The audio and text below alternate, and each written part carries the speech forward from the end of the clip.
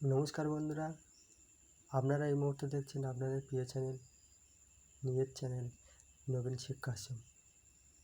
এই নবীন শিক্ষা আশ্রমে আপনাদের সবাইকে স্বাগত। বন্ধুরা, আজকের আমি আপনাদেরকে একটা নতুন কন্টেন্ট নিয়ে এসেছি। বন্ধুরা, যারা নতুন তারা চ্যানেলটি অবশ্যই সাবস্ক্রাইব করবেন এবং পাশে থাকা বেল আইকনটি ক্লিক করবেন, যাতে করে আমাদের চ্যানেলের সমস্ত ভিডিও আপনার কাছে নোটিফিকেশন আকারে সবার প্রথমেই পৌঁছে যায়। তাই বেশি দেরি করব না বন্ধুরা, আজকের সৌরজগৎ এবং মহাকাশ এবং সৌরজগৎ নিয়ে কিছু তথ্য আলোচনা করব, যেগুলো বিভিন্ন পরীক্ষায় খুব উপযোগী।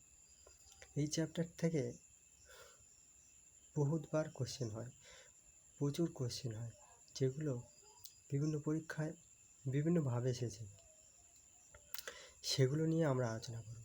বন্ধুরা, মহাকাশ এবং সৌরজগৎ কী জানতে গিয়ে আমরা প্রথমে জানব মহাকাশে বিভিন্ন গ্রহ, নক্ষত্র,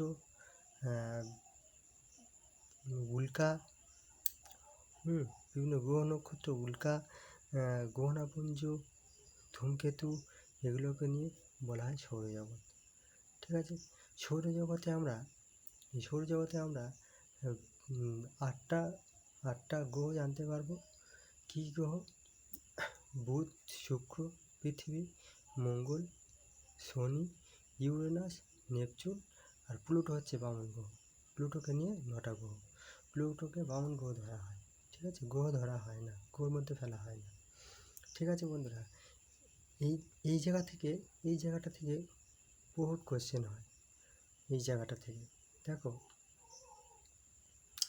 কি বলছে, বলে সূর্যের কাছের গ্রহ কে? সূর্যের কাছের গ্রহ বুধ। পৃথিবীর কাছের গ্রহ যদি বলে কি, তখন বলবে শুক্র। পৃথিবীর কাছের গ্রহ শুক্র। এই জায়গা থেকে কোশ্চেনটা ভেরি ভেরি ইম্পর্টেন্ট। এই দুটো কোশ্চেন, সৌরজগতে সূর্যের কাছে গ্রহ বুধ এবং পৃথিবীর কাছে গ্রহ শুক্র, এই দুটো থেকে প্রচুর কোশ্চেন হয়। ঠিক আছে, সেগুলো আমরা পরে যাব। আমাদের এই নোটসে সব আলোচনা করা আছে, আমরা এক এক করে শিখব। ঠিক আছে, এবার আমরা জানবো কি গ্রহ কী। একটি গ্রহ হলো একটি মহাজগতের বস্তু যা সূর্যের চারপাশে নিজেদের কক্ষপথে ঘুরছে, রিংয়ের মতো ঘুরছে। বৃহস্পতি, শনি, ইউরেনাস, নেপচুন, ইউরেনাস চারপাশে বলয়ে ঘুরছে। ক্ষুদ্রতম গ্রহ হলো বুধ এবং বৃহত্তম গ্রহ হলো কি বৃহস্পতি। ঠিক আছে, এর অভ্যন্তরীণ গ্রহ যদি বলে, গ্রহদের মধ্যে এই 8টা গ্রহের মধ্যে ভাগ আছে। অভ্যন্তরীণ গ্রহ কি? বুধ, শুক্র, পৃথিবী, মঙ্গল, এই চারটি হলো অভ্যন্তরীণ গ্রহ, সৌরজগতের অভ্যন্তরীণ। বাইরের গ্রহ বললে এই 4টে, বৃহস্পতি, শনি, ইউরেনাস, নেপচুন, এই 4টে হলো মানে বাইরের গ্রহ বলা হচ্ছে। ঠিক আছে বন্ধুরা,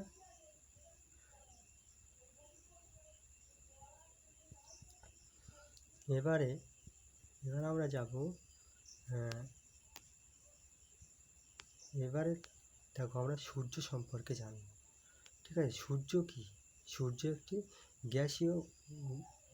গ্যাসীয় পিণ্ড। সূর্য হলো একটি নক্ষত্র যা অত্যন্ত গরম এবং গ্যাসীয় পদার্থ দিয়ে তৈরি, যার মধ্যে 76% আছে হাইড্রোজেন আর 26% আছে হিলিয়াম এবং অন্যান্য গ্যাস আছে 3.5%। ঠিক আছে, এটি পৃথিবী থেকে, এই সূর্য আছে পৃথিবী থেকে 150 মিলিয়ন কিলোমিটার দূরে। সূর্যের আলো পৃথিবীতে আসতে সময় লাগে 8 মিনিট।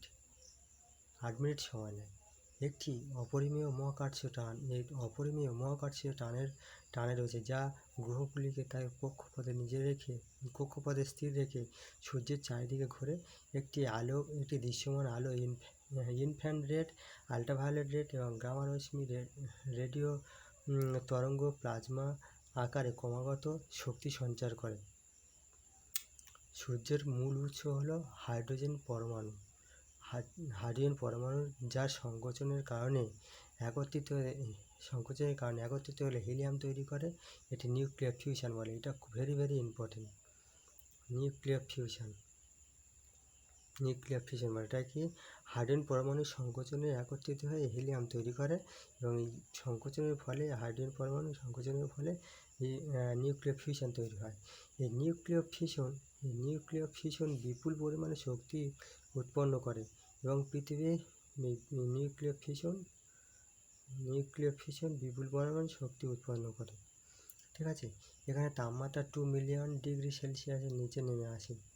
2 মিলিয়ন ডিগ্রি সেলসিয়াস নিচে নেমে আসে। ঠিক আছে, বায়ুমণ্ডলের সূর্যের বায়ুমণ্ডল ক্রোমোস্ফিয়ার বা করোনা নিয়ে গঠিত। সূর্যের বায়ুমণ্ডলটি ক্রোমোস্ফিয়ার বা করোনা নিয়ে গঠিত। এটি হচ্ছে কি গঠিত মহাকাশে লক্ষ লক্ষ কিলোমিটার বিস্তৃত। এটাই করোনা হলো কি সূর্যের বাইরের করোনা হলো একটি নক্ষত্র যেটি বায়ুমণ্ডলের সবচেয়ে বাইরের স্তরকে করোনা বলবো। ঠিক আছে,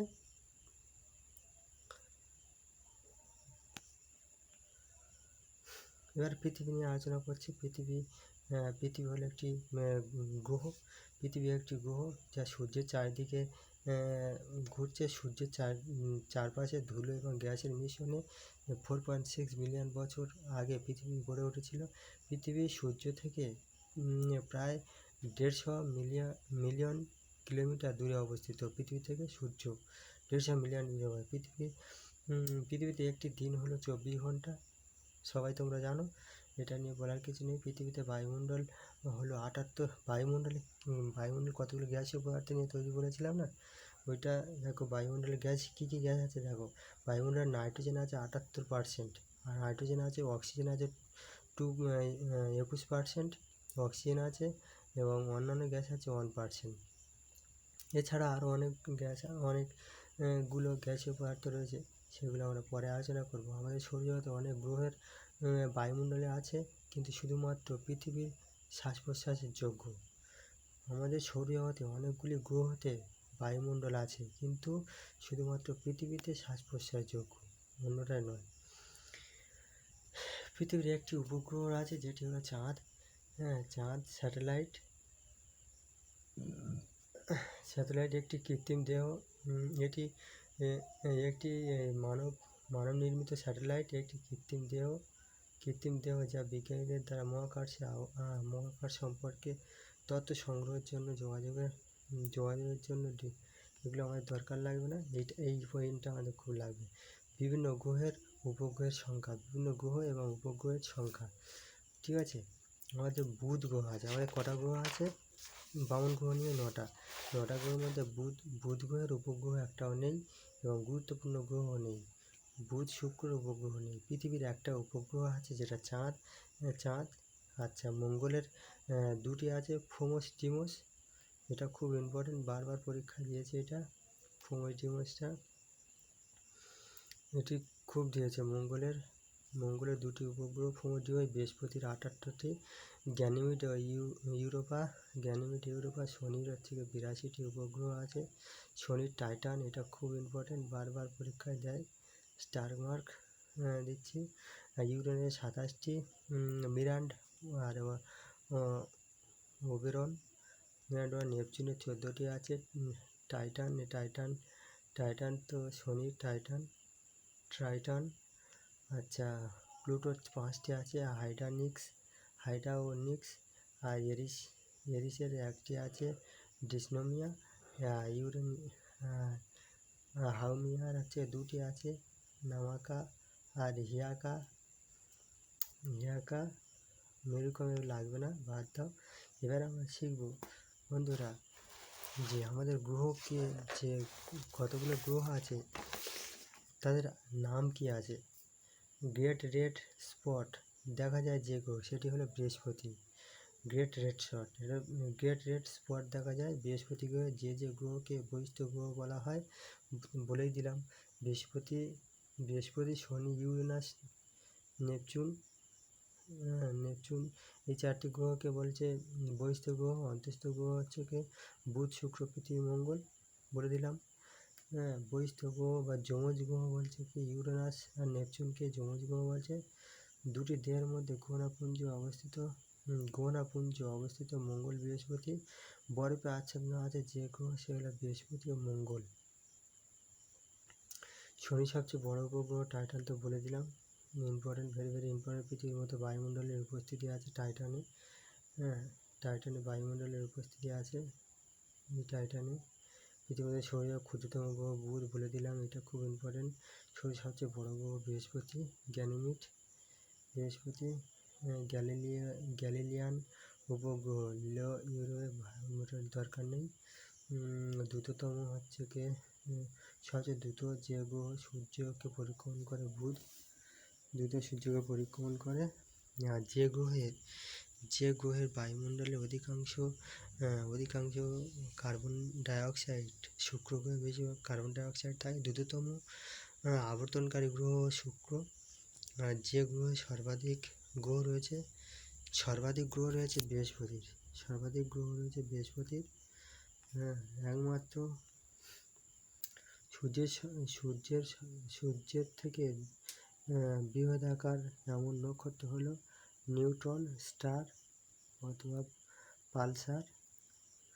আচ্ছা, ব্র্যাডফোর্ড এগুলো দরকার নেই আমার তেমন। সূর্যকে পরিক্রমণের ক্ষেত্রে যে ধীরতম দরকার নেই। সৌরজগতের যে ছায়া অন্তর্গত তা হলো আকাশগঙ্গা বলা হয়। সৌরজগতের যে ছায়াপথের অন্তর্গত তা হলো আকাশগঙ্গা, খুব ইম্পর্টেন্ট। সৌরজগতের যে ছায়ার অন্তর্গত তা হলো আকাশগঙ্গা। পৃথিবীর মতো গহ্বর পৃষ্ঠ যে গ্রহে রয়েছে বুধ গ্রহে। আচ্ছা, পৃথিবীর আকৃতি অভিজ্ঞত গোলাকার। পৃথিবীর বয়স 4.54 বিলিয়ন বছর। হ্যাঁ, এর মধ্যে পৃথিবীর চারদিকে চাঁদের আবর্তন করতে সময় লাগে 27 দিন।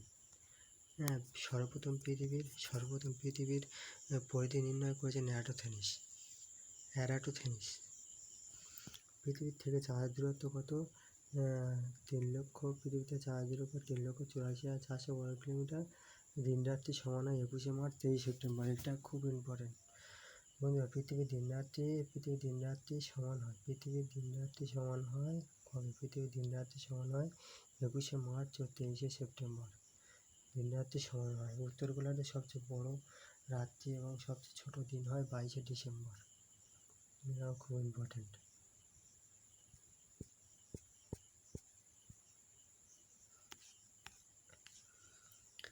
তারপর হচ্ছে উত্তর গোলার্ধে সবচেয়ে বড় দিন ও সবচেয়ে ছোট রাত হয় 21 জুন। সূর্যনারায়ণ বলে পিডিএফগুলো। ঠিক আছে বন্ধুরা, আর বেশি কথা বাড়াবো না, ভিডিওটি অনেক বড় হয়ে যাচ্ছে। আপনারা পিডিএফ আমাদের লিঙ্কে পেয়ে যাবেন। আমাদের ডেসক্রিপশান বক্সে আমাদের পিডিএফ লিঙ্ক পেয়ে যাবেন। আর 2-4টে আলোচনা করে দিই। পৃথিবীর এই বৃহত্তম জলপ্রপাত হচ্ছে এটা জলপ্রপাত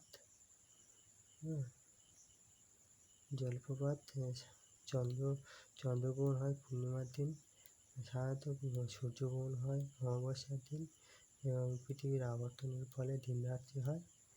তোমরা সবাই জানো পৃথিবী সূর্যের পরিক্রমার ফলে ঋতু পরিবর্তন ঘটে।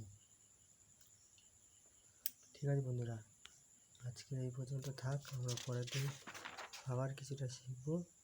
ঠিক আছে, আজকের তো অনেকটা হয়ে যাচ্ছে, ভিডিওটা বড় হয়ে যাবে। আমরা আরেকবার ভালো করে জেনে নিচ্ছি আমরা পৃথিবীতে তেমন কিছু নেই সৌরজগৎ সম্পর্কে পড়ার মতো। ঠিক আছে বন্ধুরা, এর পরের দিন আমরা ম্যাথের রিজনিংয়ের একটা ক্লাস করব, সেটা আমি আগে থেকে জানিয়ে দেবো। ধন্যবাদ বন্ধুরা। যারা নতুন আছেন চ্যানেলটি সাবস্ক্রাইব করবেন আর বন্ধুদের মাঝে শেয়ার করবেন। ভিডিওটি কেমন লাগলো অবশ্যই কমেন্ট করে জানাবেন, যাতে পরবর্তী ভিডিওগুলো দিতে আমার সুবিধা হয়। যেখানে আমার ভুল থাকবে সেটা আমার ধরে নিতে অসুবিধা হবে। ধন্যবাদ।